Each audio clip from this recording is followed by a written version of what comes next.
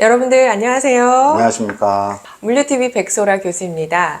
세종사이버대학교 유통물류학과에서 교수를 하고 있습니다. 여러분들 우리가 늘 먹는 음식, 이 식자재의 유통에 대한 스토리를 오늘 풀어드리도록 하겠습니다. 오늘의 게스트 바로 류성호 박사님이십니다. 안녕하세요. 네, 안녕하십니까. 안녕하세요. 박사님 자기소개 좀 부탁드리겠습니다. 네. 안녕하세요. 저는 류성호라고 합니다. 저는 식품 영역에서 활동하고 있고요. 특히 콜드체인 영역에 대해서 활동하고 있고요. 물류학 박사이면서 현재는 아주대학교 공학대학원에서 겸임교수로 활동하고 있습니다. 이렇게 나오고 싶었던 물류TV에 촬영하게 돼서 기쁘게 생각합니다. 감사합니다. 감사합니다. 와주셔서 감사해요. 네, 고맙습니다.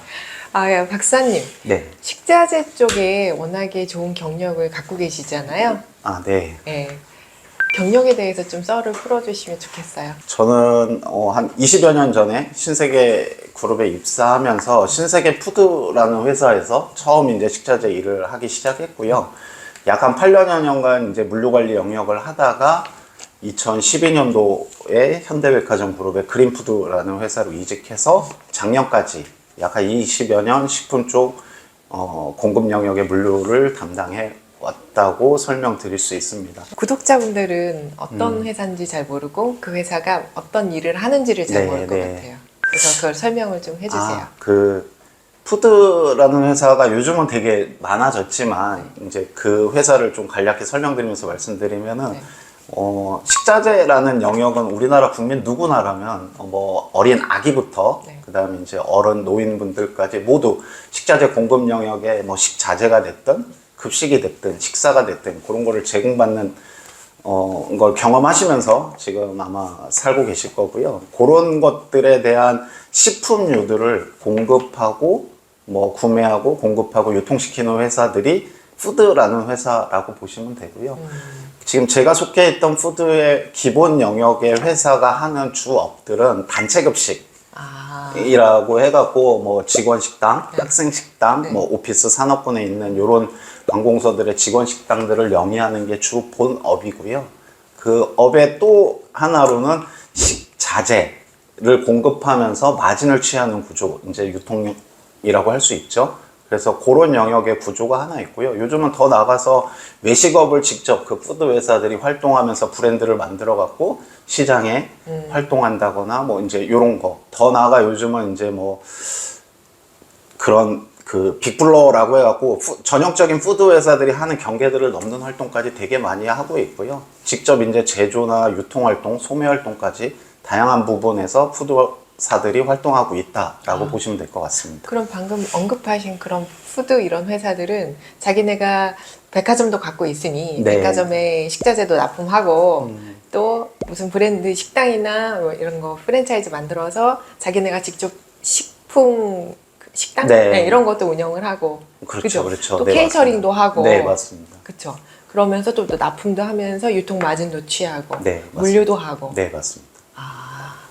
다양한 영역에서 푸드사들이 지금 활동하고 있고요. 아마 먹거리와 관련된 주체로서 활동하는 거는 푸드사들이 드러나지 않아서 그렇지 그 밑단에서 지금 대부분 우리 이제 이렇게 시청하시는 분들이나 사람들이 할 때는 마트나 백화점을 통해 갖고 소비가 이루어질 거다라고 생각을 하시지만 그 밑에 그런 식품류나 식자재를 공급하는 것들은 그 밑에 제가 말씀드린 푸드사들이 그런 유통사나 백화점에 공급하는 영역을 주로 담당을 하고 있고요. 그런 기업들이 밑에 많이 백그라운드에 받쳐지고 있어서 이마트라든지 롯데마트라든지 이런 대형 마트들이 유지하고 있다라고 보시면 될 것 같습니다. 그 얘기만 이렇게 대충 들어도 시장 사이즈가 어마어마할 것 같아요. 제가 조금 간략히 설명을 좀 드리면 대한민국의 식자재라고 설명을 드리면은 이 용어부터 좀 간략히 설명을 드리면은 네네네. 그래 주세요. 지금 용어가 익숙치 않으니까 일단 그 식자재에 관련된 그런 단어부터 기초적인 용어부터 먼저 설명을 해주세요. 일단 전체적인 규모를 말씀드리기 전에 왜 이렇게 구성이 됐는지 말씀드리면은 일단은 식품이라는 거는 대부분 다 알고 있잖아요. 먹는 거. 사람이 직접 섭취를 통해서 건강을 유지하고 그거 통해 갖고 이제 삶을 영위하는 게 식품이고요.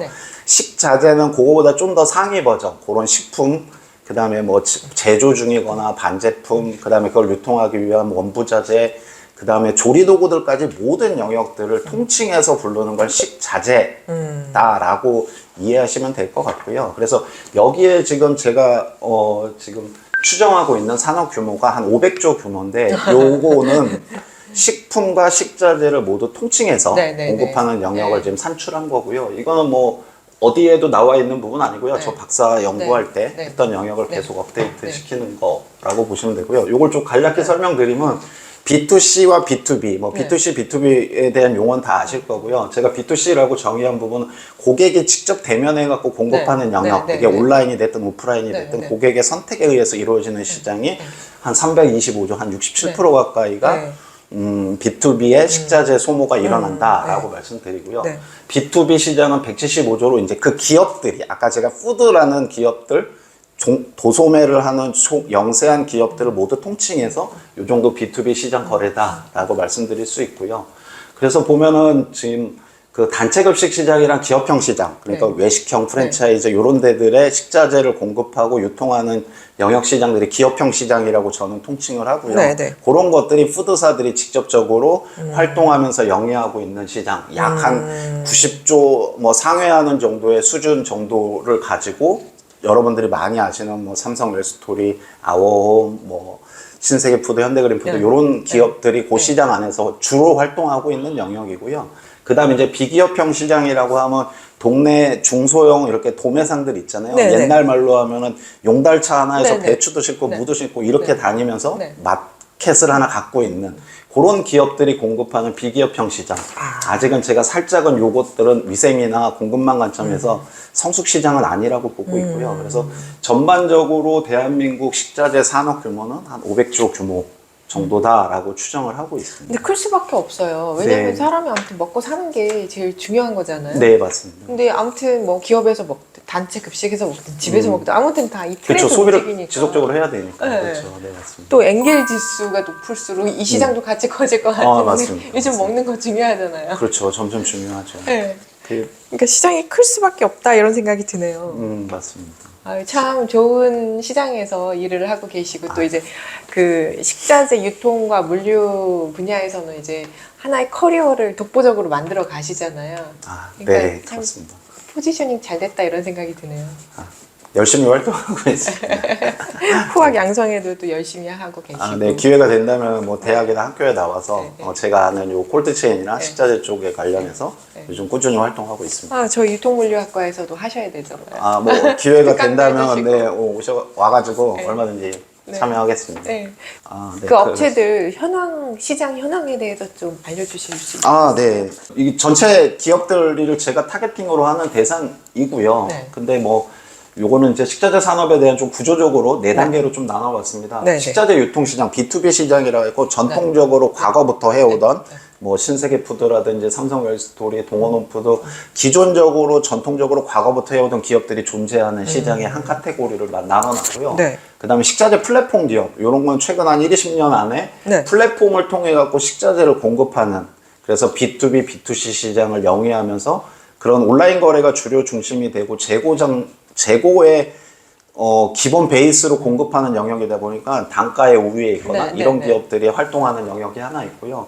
그 다음으로는 식자재 이제 유통기업, 그러니까 우리가 소비하는 그런 마켓이라거나 네. 뭐 이런 것들을 대행하는 물류사를 통해 갖고 뭐 식자재를 유통하는 이런 영역으로 하나 나눠봤고요. 그 다음에 나머지는 지역 유통사라고 해갖고 뭐 동네마다 요즘 굉장히 많을 네, 겁니다. 네, 식자재 네. 유통마트라는 거 이제 그런 형태로 아주 고객에 근접해 갖고 와 있는 유통사들이 있다. 그래서 크게 식자재 소비 형태는 이렇게 네 가지 형태로 나눠서 보고 있고 여기에 활동하는 유통사들, 거기에 제조 공급하는 뭐 공급사들까지 제가 비즈니스의 타겟팅으로 보고 있다라고 보시면 될 것 같습니다.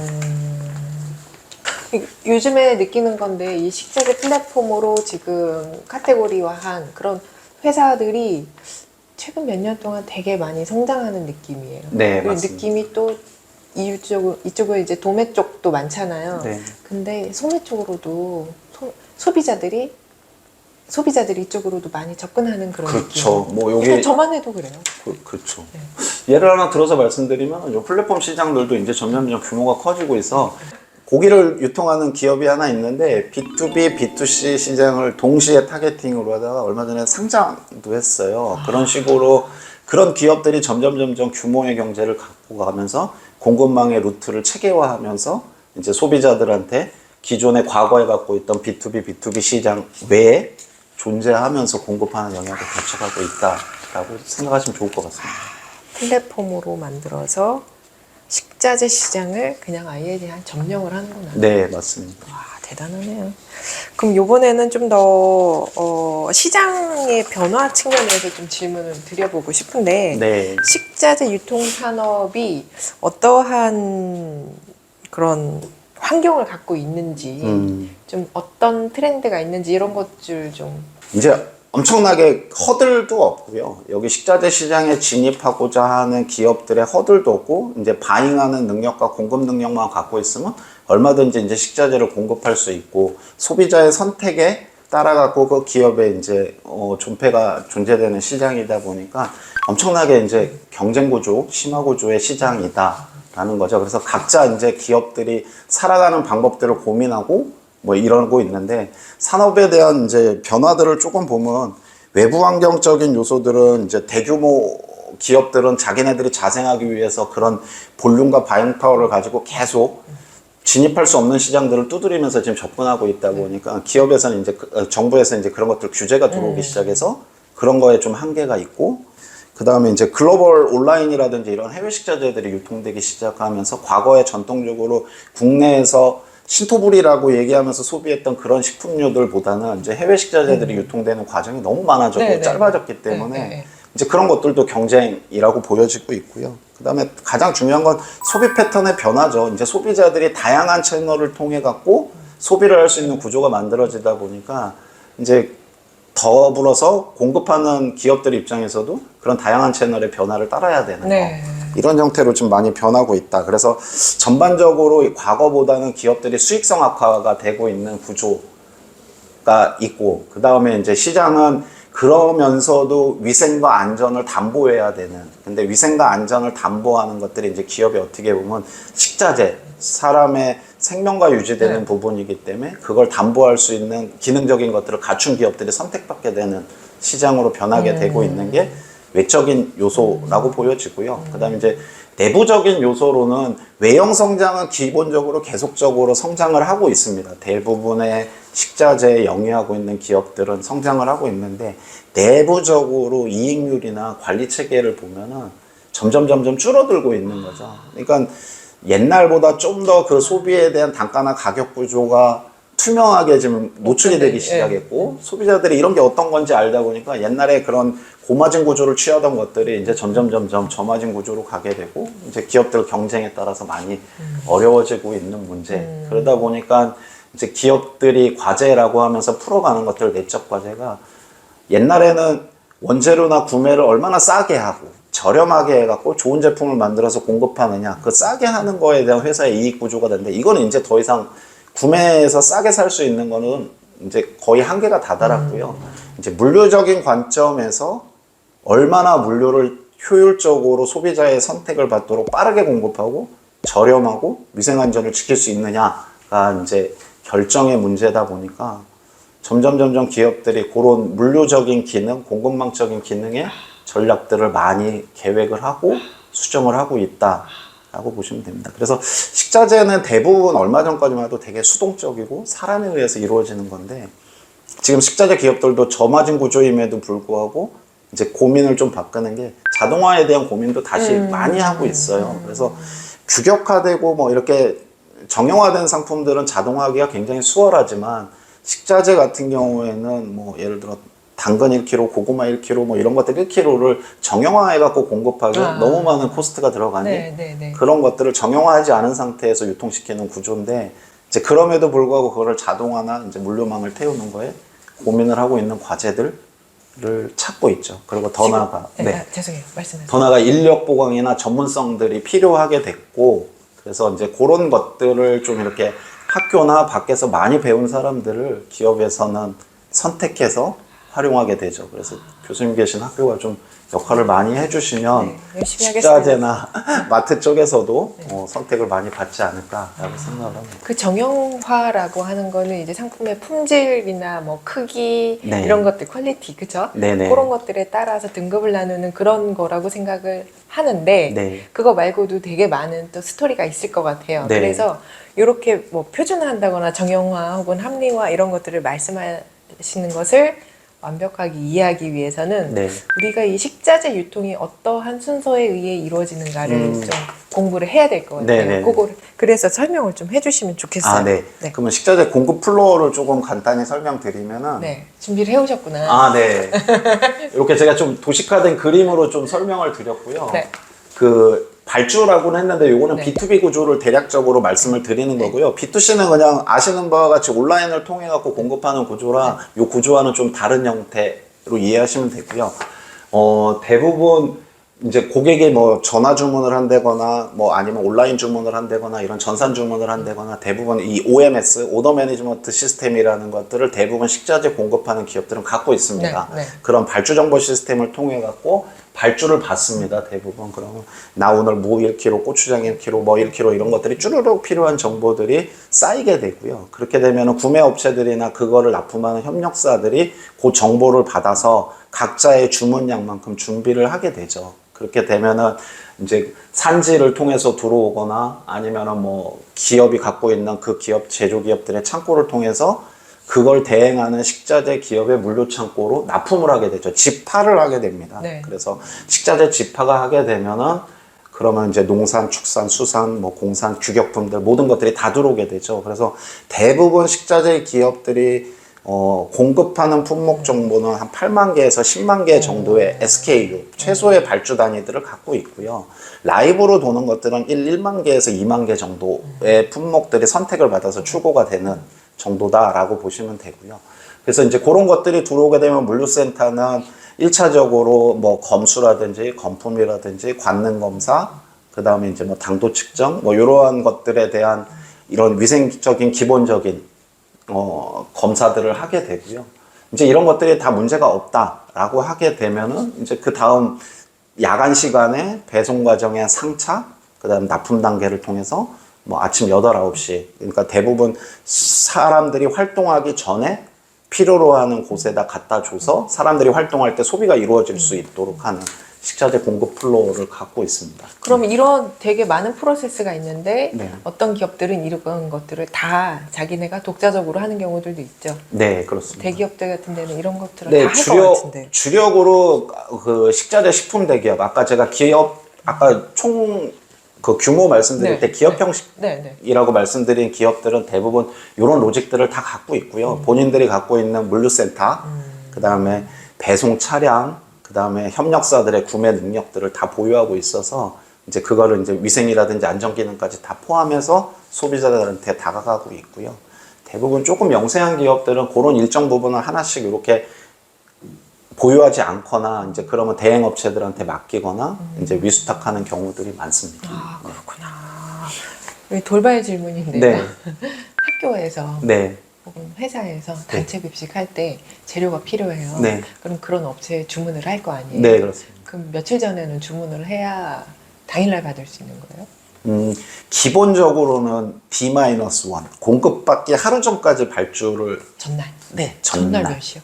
전날 대부분 이제 12시, 1시, 2시, 3시 뭐 이렇게 받는데요. 기업마다 전날 발주 확정은 5시 30분경 발주 확정을 받습니다. 대부분 식자재 기업들이 5시 30분에 발주를 받으면은 이제 아까 요 구매나 납품 업체들한테 5시 30분 이후에 김치업체 김치 뭐 100통 갖고 오세요. 무업체 무 100kg 갖고 오세요. 이런 식의 정보들이 바로 전산 정보를 통해 갖고 가게 되고요. 그러면 업체는 그 시간에 바로 이제 준비를 해서 그 해당 주문중 물류센터에다가 8시부터 밤 8시. 네, 밤 8시부터 자정까지 한 4, 5시간 동안 납품을 하게 됩니다. 아, 그럼 이제 급식 주문 담당하는 사람은 퇴근할 때쯤 오더를 내리고 그렇죠. 납품하는 회사들은 이제 그때 일을 시작한다. 네, 맞습니다. 그래서 생각보다 이 식자재 영역이 업무에 대한 리드 타임 굉장히 짧고 되게 짧은데요? 네, 뭐 마치 온라인 쇼핑 했을 때 물건 받는 그런 시간대와 그렇게 큰 차이도 없는 것 같아요. 그쵸. 근데 저는 리드 이제 타임이 너무 짧다. 이 영역이 조금 더 대단하다고 생각하는 게 뭐 그 특정 업체, C 업체 이제 뭐 재고를 기본으로 지금 이런 네. 로 배송을 하는 이 업체보다 더 이 식자재 업체들이 제가 몸담고 있어서가 아니라 대단하다고 생각하는 게 그 재고를 기본으로 하는 업체는 재고가 100개 갖고 있는 거 내에서만 주문을 받는 거죠. 걔네들은. 근데 얘네들은 그렇지 않습니다. 농산물 상추 같은 경우 100kg 갖고 와라고 하면 상추는 신선식품이라 업체가 재고를 보유할 수 있는 게 아니에요. 5시 30분에 주문을 받으면 8시에 가락동 농수산물 시장에서 그 업체는 경매 100kg로 삽니다. 그러면 그거를 소분하고 선별하고 구분해 갖고 그 해당 업체에 12시까지 납품을 하는 거고요. 이제 예를 들어 말씀드리면 농산도 그렇고요. 청과도 마찬가지로 이런 신선과 취급품들을 다루는 업체들은 기본적으로 이런 안전재고라는 영역들의 틀 밖에 있는 거라서 네.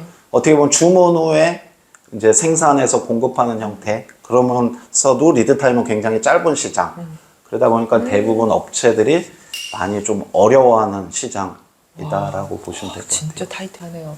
그럼 밤 12시까지 물건을 갖고 오면 네. 센터에서 이제 소팅을 해서 네, 트럭 보내고 네. 그럼 학교, 회사 이런 데서는 아침에 그쵸. 아침 뭐 대부분 재료를 7시, 8시 사이에 그 이전에 들어오기를 원하죠. 그렇죠. 재료도 준비하고 조리해야 되니까요. 네, 그래야 점심을 뭐 공급을 할 수 있는 네. 시간 텀이 있기 때문에 대부분 7, 8시 빠르면 뭐 새벽 1, 2시부터 해갖고 이제 순차적으로 배송이 이루어지기 때문에 이제 7, 8시를 넘게 되면 이제 배송사고가 발생을 하죠. 그럼 그런 재료 같은 것도 다 이미 네. 씻은 채로 네. 한 채로 오나요? 아니면 1차로 뭐 씻고 자르고 이런 상태로 급식소에 그거는 이제 가는 건가요? 그거를 주문 상태가 운영하거나 다르나? 소비하는 사람의 네. 선택이고요. 네. 식자재를 공급하는 형태는 소비자가 원하는 대로 공급을 네. 합니다. 아까 둘 다 가능한 거고. 그렇죠. 교수님 말씀대로 전처리라고 하는데 네, 전처리. 다 슬라이스 돼갖고 규격대로 네. 맞춰서 공급하는 것도 있고요. 대신 뭐 단가가 조금 더 비쌀 수도 있고 원물 그 상태로 갖고 와서 본인들이 소비하도록 하는 형태. 와, 근데 이 시간 보니까 전처리 한 걸 선호할 수밖에 없네요. 그렇죠. 아무래도 근데 샐러드만 해도 그 많은 네. 재료들을 언제 다 다듬고 점심시간에 그거를. 맞습니다. 양상추만 해도 지금. 전처리 돼서 잘라져 오는 게 편하죠. 그러니까요. 네. 와, 이렇게 많은 프로세스들이 있는데 이런 것들을 관리할 때 네. 너무 어려움이 많을 것 같아요. 근데 생각나는 어려움 뭐가 있을까요? 소매는 개인을 대상으로 네. 판매를 하잖아요. 그러니까 문제가 생기더라도 개인이 발생할 수 있는 문제가 있는데 이런 식자재를 유통하는 단체급식업이라든지 이런 데들은 단체가 대상이다 보니까 위생이나 안전사고가 생기면 대형으로 생길 수밖에 없는 영역이다 보니까 제가 이 업무를 하면서 담당하면서 가장 힘든 게 이제 그런 위생이나 안전사고 부분을 관리해야 되는 거. 그러니까 냉장, 냉동, 상온. 기본적으로 식자재는 요 3온도에 대한 기본적인 틀을 갖고서 물류센터나 유통이 이루어지는데 이런 창고에 대한 기본적인 거. 아까 이 발주 리드 타임이 짧음에도 네, 네. 그 검수검품. 어찌됐건 협력사가 갖고 와서 물류한테 인계하고 그 후에 본질적으로 앞단에서 상품이 문제가 생길 수도 있잖아요. 그렇죠. 그럼에도 불구하고 요거에 대한 관리를 우리가 해야 되고 검증을 해야 되고 해야 되는 부분들이 좀 어려운 영역이고요. 그래서 짧은 리드 타임 안에 이런 위생적이나 관리 부분을 좀 준수하면서 해야 되는 것들이 식자재 영역 관리자들이 아마 가장 어려운 숙명과도 같은. 그러게요. 네. 되게 부담이 크다. 그죠? 그쵸, 가끔 맞아요. 뉴스도 나오잖아요. 단체 급식에서 뭐 식품이 잘못돼서 맞아요. 안전사고 나면 뭐 100명이 배가 네. 아팠니 뭐 이런 네, 얘기 나오니까. 네, 네. 그래서 대장균 검출됐다 막 그쵸, 맞습니다. 너무 재밌는데 네. 이 영상을 보시는 분이 또 이제 많은 분들이 노하우가 궁금하다 이런 네.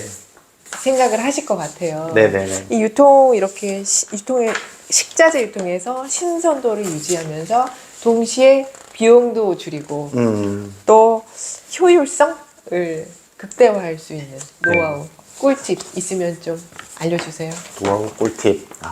굉장히 어려운 내용이고요. 어려우니까 전문가한테 여쭤보죠.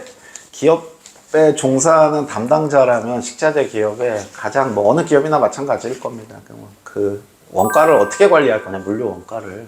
그거가 가장 큰 숙제고요.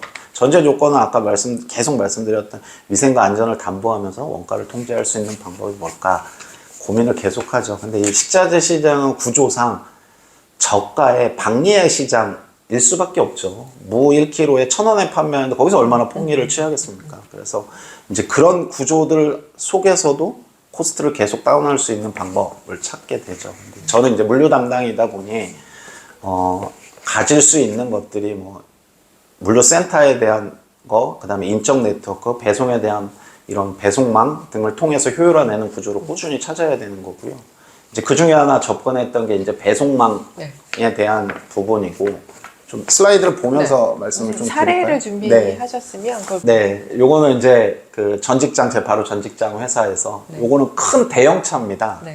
제가 이 구조를 생각하게 된 거는 식자재는 소형 차량들이 많은 곳을 배송하는 배송 형태의 구조를 갖고 있습니다. 아까 말씀드린 자정부터 아침 8시까지 작게는 뭐 한 7, 8곳에서 많게는 20, 30곳까지 배송하는 형태를 갖고 있고요. 그래서 그런 배송 형태의 차량들이 게다가 원가 구조도 굉장히 높아요. 콜드 체인을 기본적으로 하다 보니 일반 상온의 화물차보다는 기본적인 그런 운임 구조도 높고 하다 보니까 이걸 효율화내는 방법들을 계속 고민을 하죠. 그래서 생각해낸 게 물류센터는 대부분 경기도 외곽 수도권에 이렇게 위치해 있고요. 그걸 이제 수도권으로 진입하는 형태를 갖고 있는데 아무래도 물리적 이동거리나 납품 시간에 대한 7, 8 타이밍을 생각했을 때 2회전, 3회전 배송에는 한계가 있는 거죠. 그러면은 물류 창고가 역할을 좀 앞에서 하면 어떨까라는 단순한 생각에서 시작을 했고, 물류 창고가 움직일 수는 없으니 그럼 움직일 수 있는 건 차량이고 좀 이렇게 큰 차량의 물류센터의 기능을 포함해서 가면 어떨까라는 생각에서 시작을 했고요. 그럼 물류센터라고 하면 뭐 상품도 집하고 보관하고 그 다음에 차량들도 거기에 접안하고 뭐 이적하고 이런 활동들을 할 수 있어야 되는 게 물류센터의 기능이잖아요. 이제 그걸 차량에다가 엮으면 어떨까라는 거에서 생각을 했고요. 그래서 대형 차량이 1톤 차량들 10대가 가는 물량을 한꺼번에 싣고 예를 들어 해당 위치에 가 있으면 그러면은 그 1톤 차량들이 해당 위치에 배송 갔다가 물류센터까지 복귀하는 게 아니라 요 해당 큰 대형 차량까지 와갖고 이제 이적 작업을 하는 거죠. 옛날 말로 단순히 얘기하면 이제 차대차와 같은 얘기인데 그거를 이제 우리는 신선이나 콜드를 하니 위생이나 안전을 준수할 수 있도록 해야 되겠다라고 했고 이렇게 뒤에 리프트 타입으로 차량을 접안할 수 있는 도크 구조를 만들었고요. 이제 거기에다가 그런 차량에 대한 그 통급과 이런 차등에 대한 이격 부분을 개선하기 위해서 요 시저 리프트라고 해서 차량의 높이를 맞추는 구조로 해서 납품에 대한 효율화를 했던 개선 사례가 있죠. 요거는 이제 뭐 제가 공항에 휴가차 갔다가 이제 그 보딩 타임 앞서서 대기 계류장에 보면은 항공기 앞에 보면 이제 캐터링 차들이 실잖아요. 보면은 뭐 2.5톤 탑차들이 그 항공기 높은 데까지 올리기 위해서 시저 리프트로 이제 올리는 경우들이 있죠. 이제 그거를 그런 통급의 높낮이의 고민을 해결하면 되겠다라는 거에서 접근해갖고 도입을 했고요. 뭐 엄청나게 활성화되진 않았지만 뭐 성과로 얘기하면 1톤차 10대가 들어가던 걸 5대로 효율화해갖고 뭐 연간 한 4, 5억 원 가까이는 비용 절감을 했던 개선 사례가 있습니다. 대신 1톤 차는 회전을 더 네, 그렇죠. 2, 3회전을 더 하게 되는 거죠. 네네네. 그래서 요런 것들이 어떻게 보면은 야 그렇게까지 해야 돼? 라는 사람들이 업에 이제 선후배들이 굉장히 많았거든요. 근데 시도를 통해서 계속 변화가 있다라고 생각하기 때문에 신선한 저한테는 경험이고 시도였습니다. 그러게요. 재밌네요. 그런가요? 이동식 물류센터. 네, 뭐 칭하게는 그렇게 칭했었고요. 그 다음 모델로 원래 하다가 요거는 지금 이제 고정형 11톤이나 대형 차량이잖아요. 그 다음에는 추레라 타입으로 제가 앞에 추레라 타입으로 앞에 이제 헤드를 하나씩 딱딱 갖다 떨궈 놓는 식으로 그 다음 단계 고민까지는 했었거든요. 그러다 이제 완성도를 높이지 못해서 결과는 없는데 지속 만약 기회가 주어진다면 그것도 한번 더 창업하셨으니까 이제 R&D 쪽으로 그쪽으로 한번 해보세요. 아, 네. 고가 R&D 뭐 이런 거. 고민해보겠습니다. 너무너무 재밌는데 네. 이 시장 전망이 어때요? 저는 이 시장에 속해 있어서가 아니라 지속적으로 이 시장에 플레이어로 활동하는 기업들의 성장세를 한번 보면은 시장이 전망할 수 있겠다라고 생각을 하고요. 그래서 보면은 이제 기업형 시장들의 이제 한 대여섯 개 업체들 한 최근 한 5년간의 손익이나 실적 자료들을 보면 대부분 다 우상향하고 있어요. 그 얘기는 즉슨 사람들은 어찌됐건 뭐 전체적인 뭐 GDP가 어떻게 되고 소득률이 어떻게 됐다라고 해도 소비를 해갖고 사람의 생존 시장을 꾸려야 되는 거다 보니까 지속적으로 발전하고 있다고 보여지고요. 네.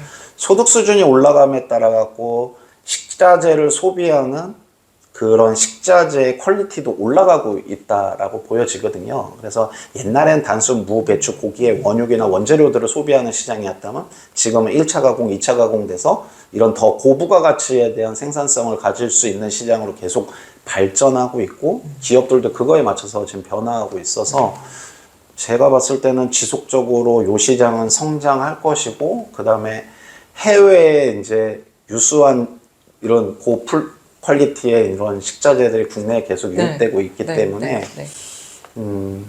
당분간은 계속 지속적으로 발전하지 않겠느냐라고 생각을 하고요. 그렇죠. 이제 한편 조금 이제 걱정스러운 게 인구가 감소되는 거에 따라서 식자재의 변화는 분명히 있거든요. 그래서 이제 그런 부분들도 기업들이 좀 같이 고민해야 되는 숙제로 지금 안고 있는 부분이라고 생각합니다. 네. 이 사회적인 모든 문제는 다 인구 감소 때문에 일어나는 것들이 너무 많은 것 같아요. 그렇죠, 맞습니다. 특히 식자재는 이제 먹고 사는 거에 대한 기본 영역이다 보니까 그런 소비가 몇 명이 일어났느냐에 대해서 민감하게 이루어지는 거라 아무래도 유익 있게 식자재 시장에 이제 플레이어로 활동하는 사람들은 그것도 같이 민감하게 생각하고 있습니다. 네. 시간이 어떻게 갔는지 모를 정도로 너무 재밌었어요. 이제 마쳐야 되는데 마지막으로 남기실 말씀 하나만 하고 끝내죠. 식자재 아까 말씀드린 되게 짧은 리드 타임, 그 다음에 뭐 위생이나 안전도 기본적으로 갖춰야 되고 이러는데 어떻게 보면은 굉장히 어려운 시장, 그 기본적으로 갖고 있는 구조 때문에 어려운 시장임은 틀림없습니다. 난이도가 어려운. 그래서 인력에 대한 어려움이 굉장히 크고요. 아까 말씀드렸다시피 5시 30분 주문 이후로 협력업체 입고라든지 뭐 배송이라든지 창고의 고내 근무자들이라든지 이런 인력적인 구조의 중심으로 이루어지는 산업이다 보니까 인력을 구하는 데 되게 어려움이 많고요. 그래서 그런 부분들에 대한 높은 코스트를 지급하고 싶음에도 불구하고 박리 구조다 보니까 기업들이 조금 꺼려하는 부분은 있고 그 다음에 냉장이나 냉동의 기본적인 콜드를 유지하다 보니까 인력들이나 그거를 작업하고자 하는 작업자들의 선호도는 좀 떨어지고 그래서 약간 그런 인력 시장이 어려운 부분 근데 어렵더라도 분명히 소비는 이루어지도록 공급은 해야 되고 하니 이게 기업의 숙제다라고만 맡겨놓기는 좀 그렇고 기업과 노동계와 어떻게 보면 좀 이렇게 정부가 좀 고민해서 사람이 생활하는 데 기본적인 거를 공급하는 시장이니 좀 고민을 같이 해야 되지 않을까라는 게 한 가지고요. 그럼 이제 뭐 짧게 말씀드린 마지막으로 아무래도 운송 구조죠. 이 콜드 차량 운송 구조가 제가 여러 군데서 많이 들었는데 대한민국에 등록돼 있는 화물 차량은 뭐 한 65만 대 가까이라고 추정은 하지만 냉장, 냉동, 콜드를 갖고 영업용 노란색 화물 번호판을 갖고 있는 건 한 2만여 대 수준으로 굉장히 작습니다.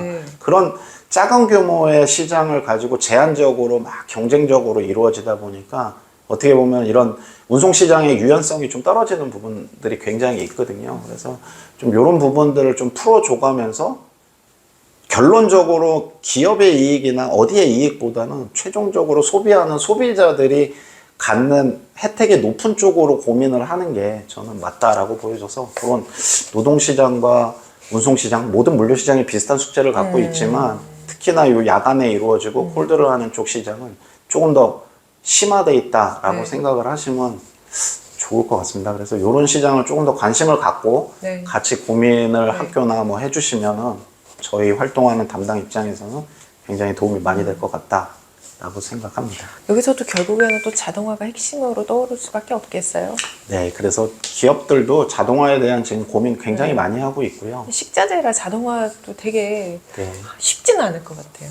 워낙에 이렇게 신선도도 유지해야 되지만 그 상태도 파손이 되면 안 되잖아요. 맞습니다. 그것 때문에 자동화를 가장 꺼려하고요.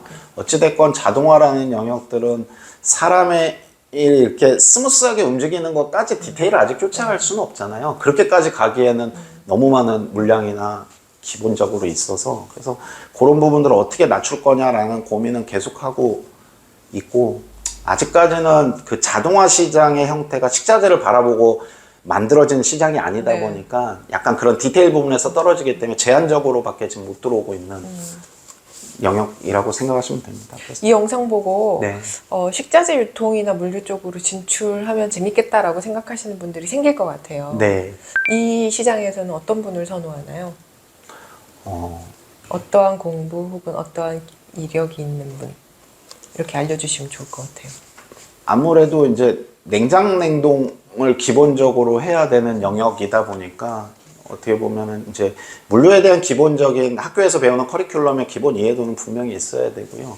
이제 식품에 대한 관심이 있는 분들이 가장 좋을 것 같고요. 이제 물류를 행함에도 불구하고 이제 저도 반식품 전문가가 되는 것처럼 유통기한을 보고 제조의 연월이라든지 이런 것들을 봐가면서 위생관리라든지 관리의 기준들도 언뜻 이제 찾아낼 수 있는 정도의 뭐라 그러죠?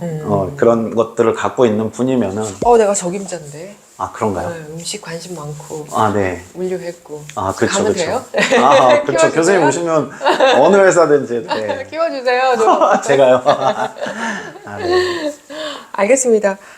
너무 소중한 시간 이렇게 아, 내주셔서 감사하고 너무 재밌었어요. 아 그런가요? 네네. 도움이 됐는지 모르겠습니다. 큰 도움이 됐습니다. 아, 네. 다른 분들도 다 좋아하실 것 같아요. 네. 아쉽지만 이제 보내드릴게요. 아 네. 좋은 시간이었고요. 다음에 또 기회 있으면 불러주시면 또 다른 걸로 준비해서 한번 참여하겠습니다. 그러겠습니다. 저 네. 준비하겠습니다. 감사합니다. 네, 감사합니다. 여러분들 영상 봐주셔서 감사하고 그 식자재 유통물류 전문가인 유성호 박사님이었습니다. 고맙습니다. 네, 고맙습니다.